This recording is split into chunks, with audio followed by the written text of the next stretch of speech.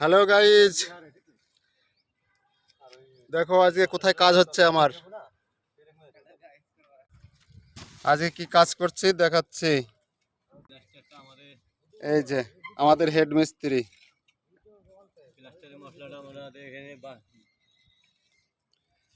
মদন দা, আমরা কত তলার উপরে আছি? এটা আমরা এখন আছি বর্তমানে 5 তলা।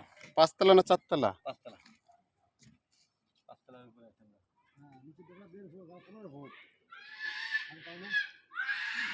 4 তলা হচ্ছে, 4 তলার উপরে আছি।